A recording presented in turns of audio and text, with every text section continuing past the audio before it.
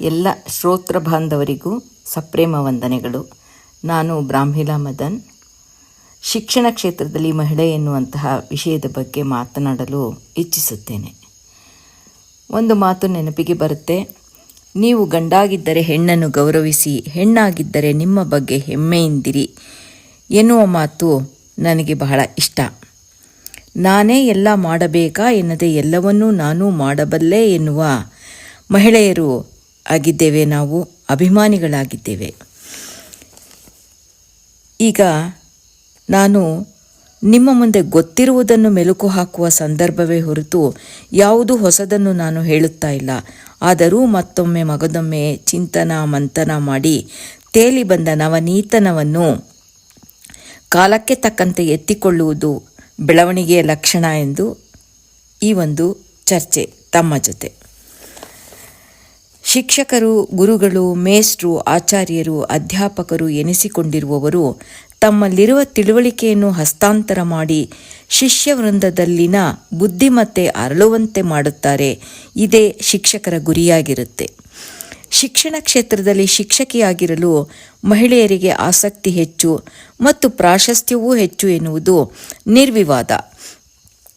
ಕಾರಣ ಹೆಂಗಸರ ಹೆಂಗರಳು, ತಾಯಿ ಕರಳು ಅಥವಾ ಸಾಫ್ಟ್ ಕಾರ್ನರ್ ಎನ್ನಬಹುದು. ಸ್ತ್ರೀಗೆ ಮಾತೃತ್ವ ರಕ್ತಗತವಾಗಿದೆ.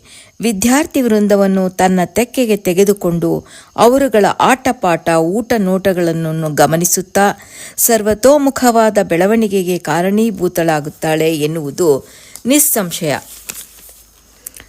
ಶೈಶಾವಸ್ಥೆಯಲ್ಲಿ ತಾಯಿ ತಂದೆಯರು ಪೋಷಕರೆನಿಸುತ್ತಾರೆ. ಮನೆಯೇ ಮೊದಲ ಪಾಠಶಾಲೆ, ತಾಯಿ ತಾನೇ ಮೊದಲ ಗುರುವು ಎನ್ನುವಂತೆ ಮಕ್ಕಳು ಮನೆಯವರ ನಡೆ ನುಡಿಗಳನ್ನು ನೋಡುತ್ತಾ ನೋಡುತ್ತಾ ಅರಿವಿಲ್ಲದೆ ಅನುಸರಿಸುತ್ತಾರೆ. ಮುಂದೆ ಶಾಲೆಯ ಮೇಡಂದಿರು ಮಕ್ಕಳನ್ನು ಆಕರ್ಷಿಸುತ್ತಾರೆ. ಟೀಚರ್ಸ್ ಹೇಳಿದ್ದನ್ನು ಕೇಳುತ್ತಾ ಕೇಳುತ್ತಾ ಅದೇ ವೇದವಾಕ್ಯ ಎಂದು ಮಕ್ಕಳು ಮುಗ್ಧತೆಯನ್ನು ಮೆರೆಯುತ್ತಾರೆ.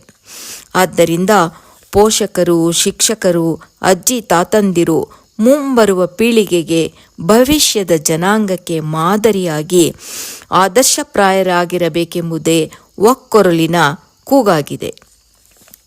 ಶಾಲಾ ಕಾಲೇಜುಗಳಲ್ಲಿ ಅನೇಕ ಗುರುಗಳ ಗುಂಪು ನನಗೆ ಕಟ್ಟಿಕೊಟ್ಟ ಬುತ್ತಿ ಎಂದರೆ ನಿಮ್ಮೊಂದಿಗೆ ನನ್ನ ಅಭಿಪ್ರಾಯವನ್ನು ಹಂಚಿಕೊಳ್ಳುವಂಥ ಮನೋಭಾವನೆಯಾಗಿದೆ. ವಿಚಾರ ವಿನಿಮಯದ ಶಕ್ತಿಯಾಗಿದೆ. ಇದು ಗುರುಗಳಿತ್ತ ಕೊಡುಗೆಯಾಗಿದೆ. ಮಾಂಟೆಸರಿ ಮಕ್ಕಳಿಂದ ಡಿಗ್ರಿ ಕಾಲೇಜು ವಿದ್ಯಾರ್ಥಿಗಳವರೆಗೂ ಪಾಠ ಮಾಡಿದ ಹೆಮ್ಮೆ ನನ್ನದಾಗಿದೆ. ಬಳಪವ ಹಿಡಿದ ಭಗವಂತ ಇರುತ್ತಾನೆ ನಮಸುತ್ತಾ, ಹಣೆಯ ಬರಹವನ್ನು ತಿದ್ದಿ ತೀಡುತ್ತಾ ಎನ್ನುವಂತೆ ಅನೇಕರಿಂದ ನಾನಾಗಿದ್ದೇನೆ. ಬಹಳ ಜನರಂತೆ ನಾನೂ ಸಹ ಮಲ್ಟಿ ಟಾಸ್ಕ್ ಲೇಡಿ ಎನ್ನಬಹುದಾಗಿದೆ. ನನ್ನ ಮಗ ಸ್ಕೂಲ್ನಿಂದ ಮನೆಗೆ ಬರುವ ಹೊತ್ತಿಗೆ ನಾನು ಮನೆಗೆ ಹಿಂತಿರುಗಿ ಬರಬೇಕು ಎನ್ನುವ ಕಾರಣದಿಂದ ಪಾರ್ಟ್ ಟೈಮ್ ನರ್ಸರಿ ಕ್ಲಾಸ್ಗೆ ಜಾಬ್ಗೆ ಸೇರಿಕೊಂಡೆ. ಎಲ್ಲವನ್ನೂ ನಿಭಾಯಿಸಿದೆ. ಇಂದಿನ ಹೆಣ್ಣು ಮಕ್ಕಳು ಸಹ ಈ ವೃತ್ತಿಯನ್ನು ಆರಿಸಿಕೊಳ್ಳುವ ಉದ್ದೇಶ ಇದೇ ಆಗಿದೆ. ಗಂಡ, ಮನೆ, ಮಕ್ಕಳಿಗೆ ಮೊದಲ ಆದ್ಯತೆ ಕೊಡುವ ದೃಷ್ಟಿ ಇಲ್ಲಿದೆ. ಇದು ಕಡಿಮೆ ವೇತನದ ವೃತ್ತಿ ಆಗಿದೆ. ಆದರೂ ರಜಾ ಜಾಸ್ತಿ, ವರ್ಕಿಂಗ್ ಅವರ್ಸ್ ಕಡಿಮೆ ಎನ್ನುವ ಉದ್ದೇಶ. ಆದರೆ ಈಗ ಬದಲಾವಣೆ ಆಗಿದೆ ಅಂತಾರೆ. ಏನೇ ಆದರೂ IT ಉದ್ಯಮದಲ್ಲಿರುವ ಟೆನ್ಷನ್ ಇರೋಲ್ಲ. ಹೊರಗಡೆ ಒಳಗಡೆ ದುಡಿಯುವ ಹೆಣ್ಣಿಗೆ ಮನೆಯವರ ಸಹಾಯ ಇರಲೇಬೇಕು. ಹಾಗೆ ನಮ್ಮ ಮನೆಯಲ್ಲೂ ಪ್ರೋತ್ಸಾಹವಿತ್ತು. ನನಗೆ ಪಾಠ ಮಾಡುವ ಅವಕಾಶ ಸಿಕ್ಕಿದ್ದು ಸಂತಸದ ಸಂಗತಿ. ಮೇಜರ್ ಕನ್ನಡ BA ಮಾಡಿ ಕನ್ನಡ MA ಮಾಡಿದ ನನಗೆ ಕನ್ನಡ ಎಂದರೆ ಕೈ ಮುಗಿಯಬೇಕೆನ್ನುವ ಭಾವನೆ, ಅಕ್ಷರಗಳೇ ಅನ್ನ ಎನ್ನುವ ಭಕ್ತಿ ಭಾವ. ಜೈನ ಕವಿಗಳ ಮತ್ತು ಇತರೆ ಕವಿಗಳ ಕೃತಿಗಳನ್ನು ಪಾಠ ಮಾಡುತ್ತಾ ನನ್ನ ಸ್ವಾಧ್ಯಾಯವೂ ಆಗುತ್ತಾ ಇತ್ತು. ಚಿಕ್ಕ ಮಕ್ಕಳನ್ನು ಸುಧಾರಿಸುವುದು ಒಂದು ತರಹದ ಸಾಹಸವಾದರೆ ಹದಿಹರೆಯದವರನ್ನು ಹದ್ದುಬಸ್ತಿಗೆ ತರುವುದು ಹರಸಾಹಸವೇ ಸರಿ. ಪಾಠ ಹೇಳಿಕೊಡುತ್ತಾ ನಾನೂ ಪಾಠ ಕಲಿತೆ. ಕಾಲೇಜು ವಿದ್ಯಾರ್ಥಿಗಳ ಅನೇಕ ಪ್ರಶ್ನೆಗಳಿಗೆ ನನ್ನ ಬಳಿ ಉತ್ತರವೇ ಇರಲಿಲ್ಲ. ಆದ್ದರಿಂದ ನನ್ನ ಅಭ್ಯಾಸವೂ ಹೆಚ್ಚಾಯಿತು. ಒಟ್ಟಿನಲ್ಲಿ ಹೆಣ್ಣು ಮಗಳಾಗಿ, ಹೆಂಡತಿಯಾಗಿ, ತಾಯಿಯಾಗಿ ಇದ್ದ ಸಹನೆ, ಶಾಂತಿ ಈ ಒಂದು ಶಿಕ್ಷಕ ವೃತ್ತಿಗೂ ಸಹಕಾರಿಯಾಯಿತು. ಮತ್ತೊಂದು ವಿಶೇಷವೇನೆಂದರೆ, ಯಾವ ಶಿಕ್ಷಕರು ತಮ್ಮ ಮಕ್ಕಳು ಅಧ್ಯಾಪಕ ವೃತ್ತಿಗಾಗಿ ಶ್ರಮಿಸಲಿ ಅಥವಾ ಆರಿಸಿಕೊಳ್ಳಲಿ ಎಂದು ಆಸೆ ಪಡುವುದಿಲ್ಲ. ನಾನು ನನ್ನ ಸಹೋದ್ಯೋಗಿಗಳು ಇದೇ ಗುಂಪಿಗೆ ಸೇರಿದೆವರು. ಕಾರಣ, ಆದಾಯ ಕಡಿಮೆ, ಯಾವ ಕೆಲಸವೂ ಸಿಕ್ಕದಿದ್ದರೆ ಈ ಕೆಲಸ ಅಷ್ಟೇ ಎನ್ನುವ ಧೋರಣೆ. ನಾವು ಹೆಣ್ಣು ಮಕ್ಕಳದ್ದು ಅಡಿಷನಲ್ ಇನ್ಕಮ್ ಆದರೆ ಗಂಡಸರದ್ದು ಮೇನ್ ಇನ್ಕಮ್.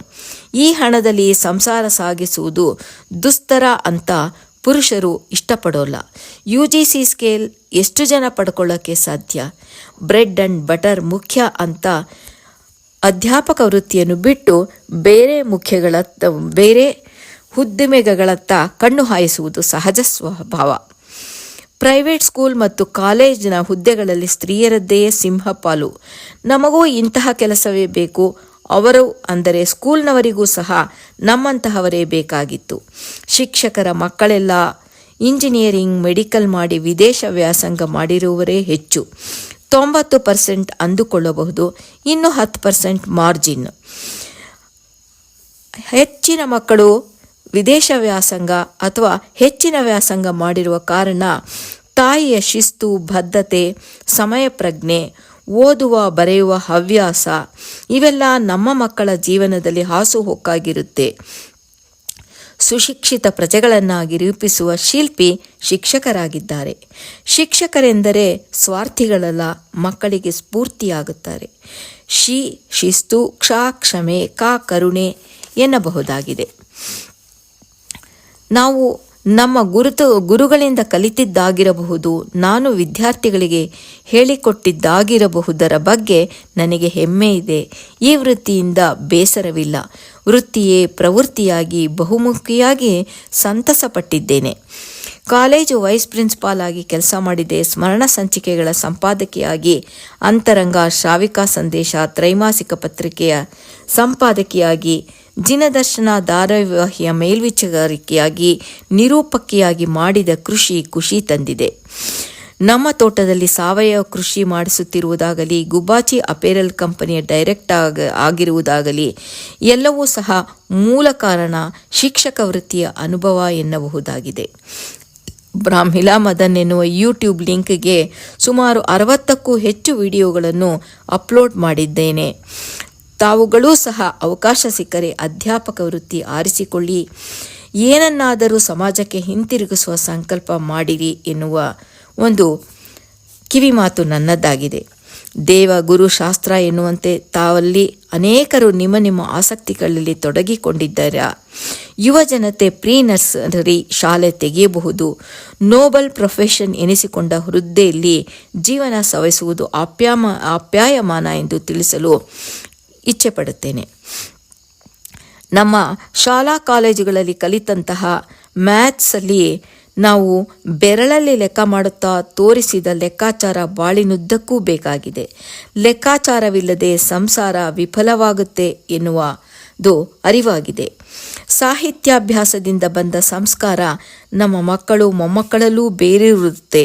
ಇದು ನಾವು ಲಿಟ್ರೇಚರ್ನಿಂದ ಪಡೆದಂತಹ ಒಂದು ಜ್ಞಾನ. ವಿಜ್ಞಾನದಿಂದ ವಿಶೇಷ ಜ್ಞಾನ ಪಡೆಯುತ್ತೇವೆ. ಭೂಗೋಳದ ಕಕ್ಷೆ ತೋರಿಸಿ ಹೇಳಿಕೊಟ್ಟ ಕಲಿತ ಪಾಠ ಫ್ಲೈಟ್ನಲ್ಲಿ ಕುಳಿತು ಮುಂದಿನ ಸ್ಕ್ರೀನ್ ನೋಡುತ್ತಾ ಇದ್ದಾಗ ನೆನಪಿಗೆ ಬರುತ್ತೆ. ಇದು USA UK ಯಾವ ಸಮುದ್ರಗಳನ್ನು ದಾಟಿದೆವು ಎಂದು ನೋಡುತ್ತಾ ಇದ್ದಾಗ ಈ ಮ್ಯಾಪ್ಗಳನ್ನು ಚಿತ್ರಿಸುತ್ತಿದ್ದ ಹಳೆಯ ನೆನಪು ನಮಗೆ ಬಾರದೇ ಇರಲಾರದು. PT ಮಾಸ್ಟರ್ ಹೇಳಿಕೊಟ್ಟಂತಹ ಎಕ್ಸಸೈಸ್ ನಮ್ಮ ಇಳಿ ವಯಸ್ಸಿನಲ್ಲಿಯೂ ಸಹ ಬೇಕಾಗಿದೆ. ಯೋಗ ಧ್ಯಾನ ಮಾಡುವಾಗ ಈ ಒಂದು ಎಕ್ಸಸೈಸ್ ನೆನಪಿಗೆ ಬರುತ್ತೆ. ಇನ್ನು ಮುಂದೆ ಬಾಟ್ನಿಯಲ್ಲಿ ಓದಿದ್ದು ಹೂವಿನ ಎಸಳನ್ನು, ಕುಸುಮೆಗಳನ್ನು ನೋಡಿದಾಗ ನಮ್ಮ ಮನಸ್ಸಿನಲ್ಲಿ ಹಾದು ಹೋಗದೇ ಇರಲಾರದು. ಪ್ರಾಣಿ ಪಕ್ಷಿಗಳನ್ನು ನೋಡಿದಾಗ ಝುವಾಲಜಿ ನೆನಪಿಗೆ ಬರುತ್ತೆ.